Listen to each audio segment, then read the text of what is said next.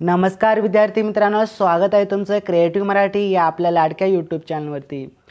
विद्यार्थी मित्रांनो, आजच्या व्हिडिओमध्ये आपण अभ्यासणार आहोत प्रश्न क्रमांक 2 सविस्तर उत्तरे लिहा यामधील 1990 नंतरच्या कथेविषयी सविस्तर लिहा। 1990 नंतर कथेमध्ये काय काय बदल झाले ते आपल्याला याच्यामध्ये लिहायचं आहे। विद्यार्थी मित्रांनो, या आधीचे व्हिडिओ म्हणजे कथा म्हणजे काय, कथेची सविस्तर माहिती, कथेचे घटक, कथेचे पर्यायी घटक कोणते आहेत, उपप्रकार कोणते आहेत, सर्व व्हिडिओ आपल्या चॅनलवरती ऑलरेडी अपलोड झालेले आहे। जर पाहिले नसेल तर कमेंट बॉक्समध्ये लिंक असेल किंवा डिस्क्रिप्शनमध्ये लिंक आहे, नसेल दिसली तर आपण प्लेलिस्ट देखील पाहू। विद्यार्थी मित्रांनो, व्हिडिओमध्ये पुढे जाण्याच्या आधी आपण जर या चॅनलवरती नवीन असाल तर चॅनल सबस्क्राईब करा, बाजूचे बेल आयकॉन देखील प्रेस करा, जेणेकरून जेव्हा पण मी नवीन व्हिडिओ अपलोड करेल त्याची नोटिफिकेशन सर्वात अगोदर तुम्हाला येईल व तो व्हिडिओ तुम्ही पाहू शकता। तर आजच्या व्हिडिओला कोणताही वेळ वाया न घालवता आजच्या व्हिडिओला सुरू करूयात।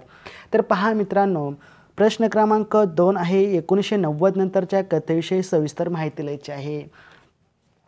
तर उत्तर पहा, 1990 नंतर खाजगीकरण, उदारीकरण आणि जागतिकीकरणाने भारतीय समाज जीवनात बरेच बदल झालेले आपल्याला अनुभवायला मिळतात।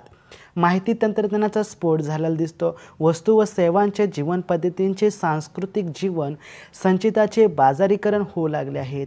सामान्य माणसाची जीवनशैली देखील बदललेली आपल्याला पाहायला मिळते। त्याचबरोबर पुढचा एक महत्त्वाचा 2 मिनिटं विद्यार्थी मित्रांनो, त्यानंतर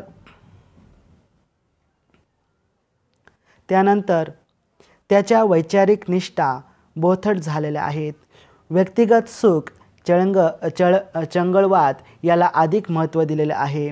अतिरिक्त स्वातंत्र्य मूल्याचा घसरण, ढासळलेली कुटुंब व्यवस्था, बहुराष्ट्रीय कंपन्यांचे वाढते प्राबल्य, आधुनिक भांडवलशाही असेल किंवा नवतंत्रज्ञानाचा युवा वर्गावरील परिणाम होणारा व्यक्तिकेंद्रित यामुळे समाजावरती अतिशय मोठ्या प्रमाणात प्रभाव झालेला आपल्याला पाहायला मिळतो। 1990 नंतर दलित, ग्रामीण, स्त्रीवादी, आदिवासी, विज्ञान इत्यादी प्रवाहित कथालेखन मोठ्या प्रमाणात आपल्याला दिसून येत आहेत। 1990 नंतर बदललेले समाज जीवन, रूढी, परंपरा, सांस्कृतिक विचार, नैतिक मूल्य यांचे चित्रण अतिशय चिंतनशैली गांभीर्यपूर्ण रेखाटलेले दिसून येते।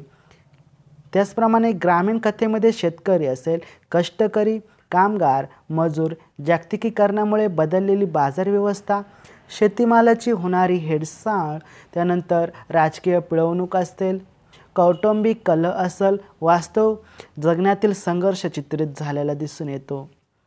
अलीकडील सदानंद देशमुख, आसाराम लोमटे, सचिन वसंत पाटील, किरण गुरव, प्रभाकर हरकळ आदींच्या कथांमधून हे विषय ठळकपणे आपल्याला पुढे येताना दिसत आहेत।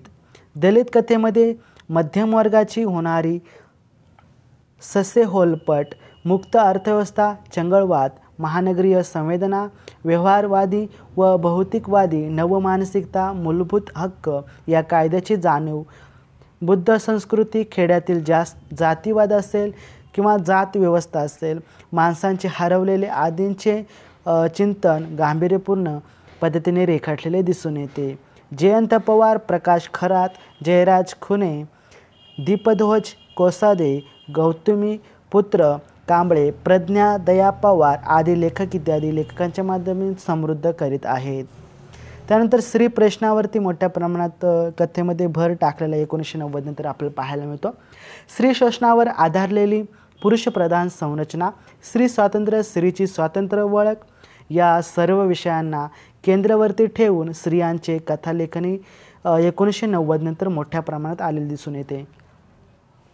त्यामध्ये गौरी देशपांडे असेल, सानिया, आशा बगे, मेघना पठ्ठे, उर्मिला पवार आदी स्त्रियांच्या लेखनातून स्त्रीवादाची जाणीव, जीवनविषयक मूलभूत प्रश्न, नातेसंबंधातील गुंतागुंत असेल, मानसिक ताणतणाव असेल, स्त्री शक्तीची जाणीव असेल इत्यादी विषयांतून मराठी कथेचा आशय आणि आविष्कार समृद्ध होत आहे।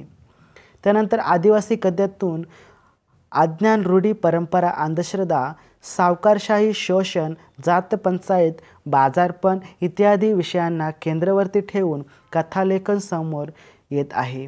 यामध्ये पंढरनाथ तामोरे, जयवंत वैती, उषा किरण आत्राम, माधव सरकुंडे, बाबाराव माडवी आदी लेखकांनी हे कथाविश्व उभे करण्याचे यशस्वीपणे प्रयत्न केलेला आहे. विज्ञान कथेचा परिघही दिवसेंदिवस विस्तारत चाललेला दिसून येतो. यामध्ये वैज्ञानिक दृष्टिकोन असेल, विज्ञानातील संकल्पना, शास्त्रज्ञांचे योगदान, विज्ञान आणि समाज, विज्ञान प्रसाराची चळवळ असेल, विविध विषयांना केंद्रावरती ठेवून लेखन केलेले दिसून येते. अलीकडे डॉक्टर संजय ढोले, निरंजन घोटे, अरुण मांडे, सुबोध जावडेकर यांचे लेखनही मोठ्या प्रमाणात येताना दिसून येत आहे. अशा प्रकारे आपल्या 1990 नंतरच्या कथेची एकूणच आपण ओळख करून घेतलेली आहे. विद्यार्थी मित्रांनो, यापुढचे जी कथा आहे ते आपण कथा सविस्तर पाहणार आहोत. वेगवेगळ्या कथा आहेत, 9 कथा आहेत, संपूर्ण आपण अभ्यासणार आहोत. त्याचबरोबर प्रश्न उत्तर देखील अभ्यासणार आहोत. आपण अजूनही चॅनलवरती नवीन असाल तर चॅनलला सबस्क्राईब करा, व्हिडिओला लाईक करा. भेटूया आपण पुढच्या व्हिडिओमध्ये. तोपर्यंत जय हिंद, जय महाराष्ट्र, वंदे मातरम.